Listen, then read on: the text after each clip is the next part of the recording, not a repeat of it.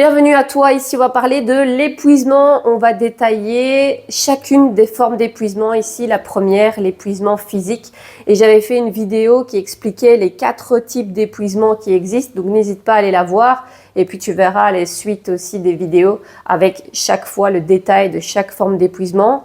Le but étant que tu puisses l'identifier, comprendre pourquoi cet épuisement est là, et surtout en sortir le plus vite possible en appliquant bien ce qui permet de sortir de ce type d'épuisement-là, mais il s'agit vraiment de déjà le reconnaître, savoir dans quelle forme d'épuisement tu es. Et je me présente, je m'appelle Lorena, je suis consultante en santé féminine. Je me base sur le principe naturel du corps de la femme, c'est-à-dire son cycle, et juste les besoins du corps féminin pour le maintenir en santé.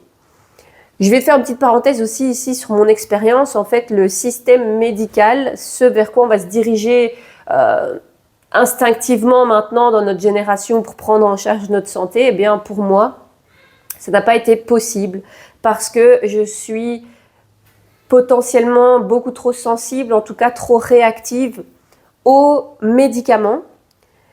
Donc voilà, c'est très compliqué pour moi, pour mon corps. Dès que je prends un médicament, je fais des réactions allergiques. En tout cas, c'est souvent repris dans les effets secondaires de toute façon du médicament. Donc, est-ce que c'est une allergie? Ça n'a jamais pu être identifié de toute façon. La question, c'était du coup comment faire pour prendre soin de ma santé si le système médical, ça ne fonctionne pas pour moi. Eh bien, c'était de respecter ma nature et voilà la démarche que j'ai entreprise pour moi. Mais étant dans le milieu sportif, accompagnant des femmes depuis très très très longtemps, eh bien, je remarquais qu'on avait toutes les mêmes problèmes, entre guillemets, en tout cas les mêmes complexités dans nos corps de femmes, dans nos vies de femmes. Et ben voilà, aujourd'hui, tout ce métier, tout cet accompagnement s'est construit sur base de toute cette expérience et évidemment, je me suis formée dans tout ce qui est hormonal, immunitaire et système nerveux.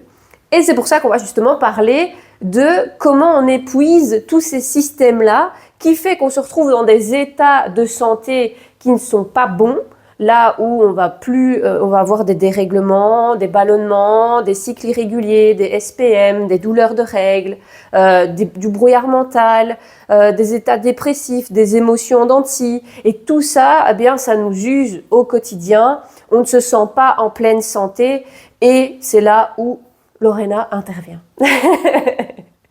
Donc, comme je l'ai dit dans cette vidéo de présentation des différents types d'épuisement, il en existe 4. Le premier étant l'épuisement physique. Donc, quand on a un épuisement du corps physique.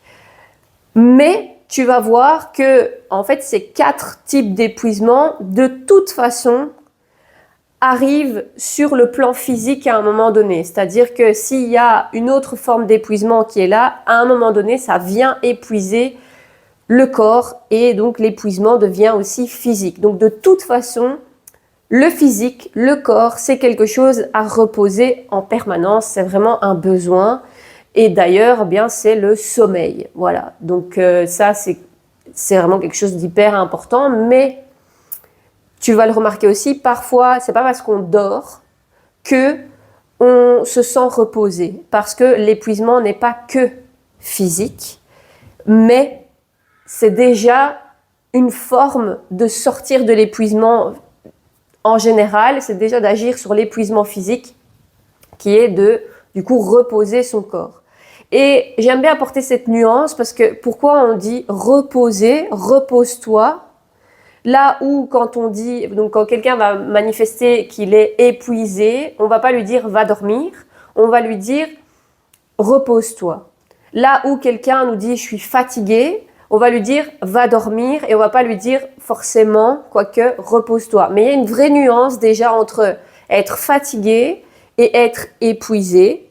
Donc pourquoi on utilise ces 2 termes-là?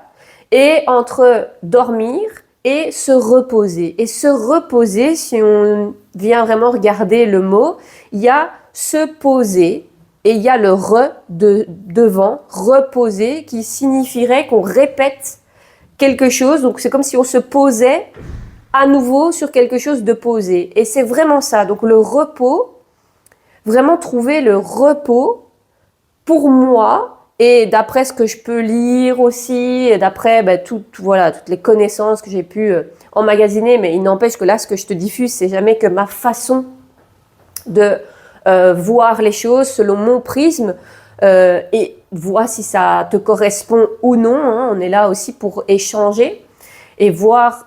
C'est ça, je ne prétends pas du tout, et je pense que personne ne devrait, ni même la médecine par exemple, prétendre avoir la réponse magique, parce qu'on est tous différents et il s'agit vraiment de prendre en considération qui on est et ce qui résonne vraiment chez nous. Donc pour moi, le repos, c'est vraiment se poser sur quelque chose qui est déjà posé. Donc c'est se reposer, se poser de nouveau. Répéter l'action de se poser. Donc comment moi je repose quand je sens que j'ai un épuisement physique? Déjà, c'est qu'est-ce que l'épuisement physique? Où se situe l'épuisement physiquement? Là, on est sur de la matière, donc on a besoin de savoir physiquement, c'est factuel, on a besoin là de savoir où est la fatigue, où est l'épuisement. Et est-ce que c'est de la fatigue ou vraiment de l'épuisement? La distinction, c'est quand la fatigue, c'est quelque chose qui vient d'une activité qui a été mesurée, qui a été maîtrisée. Par exemple, tu viens de faire une activité sportive. Juste après ton activité sportive, tu vas sentir de la fatigue. Ou pendant ton activité sportive, tu sens que, tu es en train de faire des tractions, par exemple. Tu arrives à en faire 5, puis tu dois recommencer, et puis tu n'arrives plus à en passer que 3, et puis tu retournes et il n'y en a plus qu'une, et puis il n'y en a même plus une qui va passer parce qu'il y a une fatigue qui s'installe. L'épuisement, c'est quand il n'y a pas de justification, il n'y a pas d'activité, et pour autant il y a vraiment cet état de fatigue qui persiste et qui est là. Parce qu'on a été trop loin dans les ressources, et donc par exemple on va avoir des douleurs physiques et une incapacité à se mouvoir, à utiliser toutes ces capacités physiques, avec cette énergie physique, avec cette puissance physique, mais sans, donc l'épuisement, mais sans qu'il y ait une justification. Si on est dans l'effort, dans l'entraînement, et qu'après X répétitions, on a une fatigue qui s'installe, c'est de la fatigue, c'est logique. Quand par contre, on n'est pas dans une activité physique et pour autant on sent que le corps physique est épuisé, c'est qu'on a été trop dans les ressources. Par exemple, que les entraînements précédents ont causé trop une surcharge de fatigue. Et de toute façon, l'épuisement, c'est ça, c'est quand il y a une surcharge de quelque chose, dans n'importe quelle forme d'épuisement. Et physique, c'est quand on a trop utiliser son physique. Et c'est ce qu'on va voir généralement chez les personnes qui veulent se remettre au sport, ou même des personnes qui sont déjà sportives et qui ne respectent pas justement les temps de récupération, les temps de repos entre les séances, mais aussi par rapport à la réalité des choses. C'est-à-dire que je vois souvent chez les femmes l'intention de reprendre une activité physique, donc ça c'est top, mais avec ce conditionnement de tout ou rien. C'est-à-dire, ou bien on fait une séance de 1 heure à fond et on fait ça au moins 3 fois semaine, ou alors, non, c'est pas bon, on n'a pas fait assez, on va s'autoflageller, etc. Alors que il s'agit d'y aller avec conscience et de pas justement épuiser ses ressources. Si on vient d'une base où on ne s'est pas entraîné depuis longtemps et qu'on veut reprendre un entraînement et qu'on y va directement avec 1 heure d'entraînement à la salle, c'est beaucoup trop.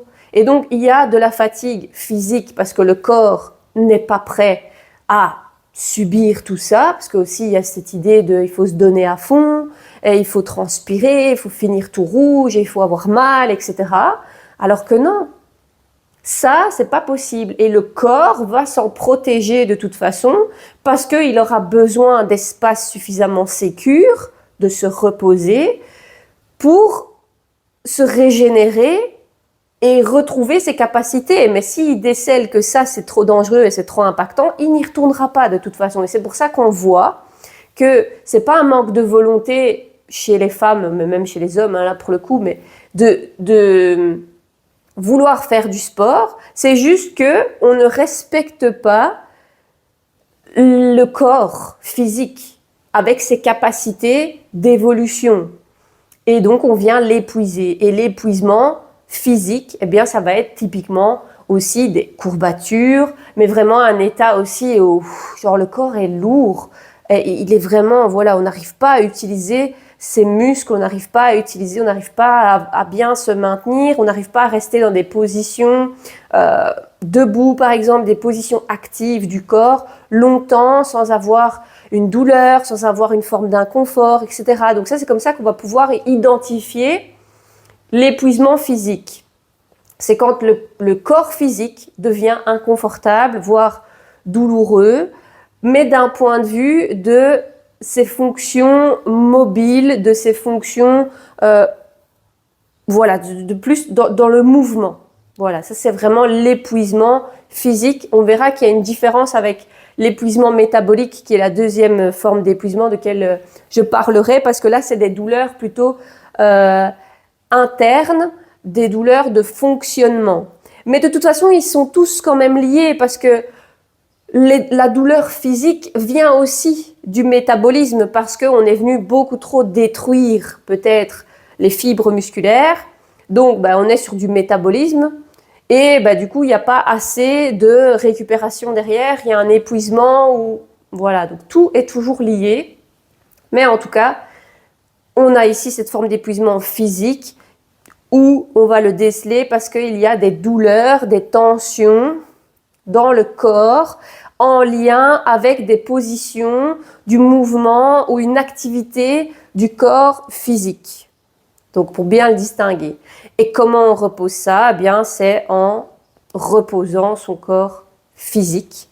Et donc, le sommeil, vraiment, là où le corps, du coup, va rester en immobilité pour vraiment régénérer ce corps physique. Donc, si c'est assez simple à comprendre une fois qu'on a mis des mots dessus, une fois qu'on a mis de la clarté. J'adore utiliser ce mot clarté, parce que si ça vient d'un épuisement lié au mouvement, à de l'activité physique, eh bien, le contraire, c'est souvent c'est là où se trouve la bonne réponse. Là où il y a eu trop de mouvement, pour récupérer, il faudra pas de mouvement.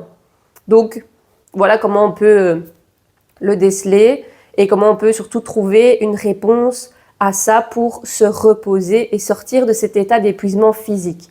Mais tu verras que vraiment ici, j'ai envie de dire, c'est le plus simple à comprendre, mais il est tout aussi complexe parce que les tensions parfois musculaires, les tensions du corps physique viennent aussi d'autres types d'épuisement. Mais en tout cas, si on sait qu'il y a des mouvements, qu'il y a une activité sportive, qu'il y a des positions, qu'il y a dans un corps qui est donc en activité, on sait que de toute façon, il y a une forme d'épuisement physique qu'il s'agit de toute façon d'aller reposer. Et comme c'est la forme d'épuisement qui est la plus logique, je vais mettre des gros guillemets comme ça, eh bien, c'est de toute façon celle-là qu'il s'agit de reposer. C'est celle-là, de toute façon, c'est la porte d'entrée aussi pour aller reposer les autres formes d'épuisement qui existent. C'est c'est notre corps, c'est à partir de là qu'on peut aussi trouver toutes les réponses. Parce que tout va se manifester dans ce corps physique. Donc c'est là aussi où on peut agir pour faire remonter les choses, là où on touche à d'autres sphères, mais c'est toujours en relation. Donc c'est pour ça que je commence par celui-là, parce que c'est par là qu'il s'agit de commencer aussi, avant d'aller sur les autres formes. De toute façon, privilégier vraiment son corps, le sentir reposé dans un... Voilà, se sentir bien dedans, sentir qu'il est reposé, j'ai pas d'autres mots, et pas épuisé, pour le mettre en parallèle. Eh bien, c'est par là qu'on peut déjà améliorer cet état d'épuisement, en sortir, c'est en reposant son corps physique. Voilà, ça c'est vraiment...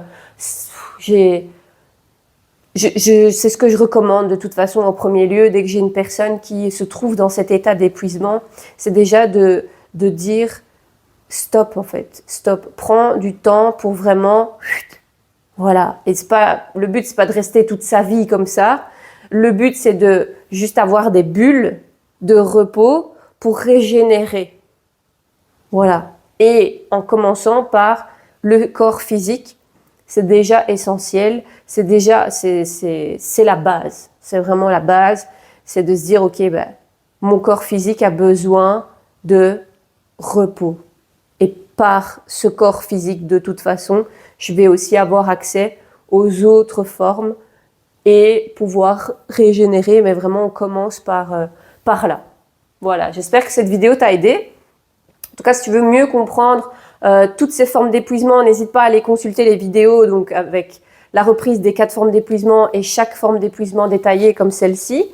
Je te laisse un lien pour prendre un appel de clarté avec moi justement si tu as des difficultés à identifier ton épuisement, si tu ne sais pas vraiment comment te reposer, pouvoir me poser tes questions. Donc c'est un appel qui est offert, il n'y a aucun engagement derrière, c'est vraiment pouvoir échanger purement. Et j'ai aussi un protocole de 7 jours qui permet de revenir aux bases essentielles des besoins de ton corps de femme, y compris du coup de ce corps physique. Voilà, on se retrouve du coup, deuxième vidéo, ce sera sur l'épuisement métabolique et ça, il est essentiel de le comprendre celui-là parce que on a le corps physique, donc avec nos couches on va dire superficielles, et puis il y a vraiment tout ce qui est interne, tous les processus vitaux intérieurs, tous les systèmes qui sont en place à l'intérieur. Donc l'épuisement métabolique, vraiment, on n'en parle pas assez, je trouve. Et on se retrouve du coup dans la deuxième vidéo pour parler de ça. Tchuss!